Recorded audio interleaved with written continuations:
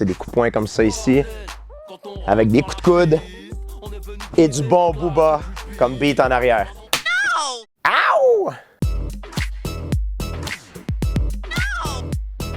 Ton premier souvenir d'arts martiaux, c'est quand j'ai vu le film Bloodsport avec Jean-Claude Van Damme. C'est vraiment le film qui m'a le plus inspiré quand j'étais jeune à devenir un mixed martial art fighter.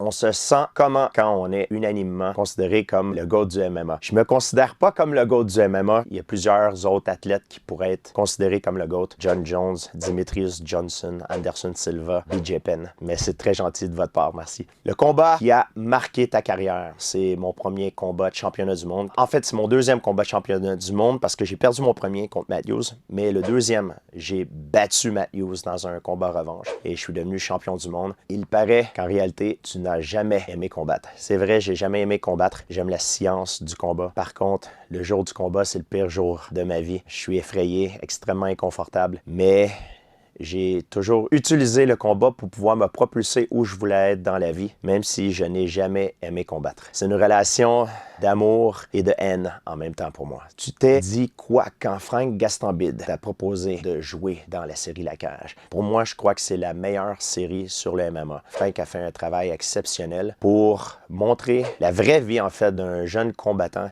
qui aspire à devenir champion. Le MMA a longtemps été interdit dans certains pays. Selon toi, ce sport de combat est-il bien démocratisé aujourd'hui? C'est pas parfait, mais c'est beaucoup mieux que c'était auparavant. Je me souviens même au début, dans mon pays, quand j'ai commencé, je me faisais traiter de barbare par les journalistes et maintenant, ces mêmes journalistes-là, c'est eux qui me courent après pour des entrevues. Donc, l'opinion a beaucoup changé et je crois que ça passe par l'éducation. Team Cyril Gane ou Cédric Doumbé? Je suis ami avec Cyril. Alors, pour le moment, je suis sur le côté de Cyril, mais Cédric, en fait, c'est un combattant qui est très talentueux. Je l'ai vu combattre. Je crois qu'il a tout pour réussir et devenir un jour champion du monde. Le trash talk, tu en penses quoi? Je crois que le trash talk, c'est bien pour faire la promotion des combats. Par contre, il y a une ligne qu'on ne peut pas dépasser, surtout quand ça devient personnel. Donc, le trash talk, malheureusement, des fois, ça sert, mais des fois, c'est une mauvaise chose pour l'image du sport.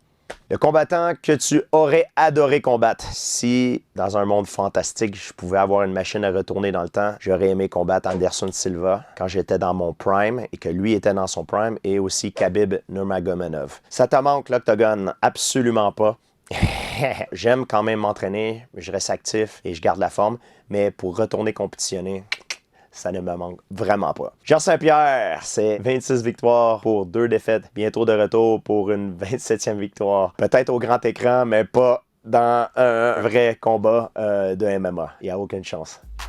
Bordel, quand on rentre sur la piste, on est venu teaser, claquer du beat.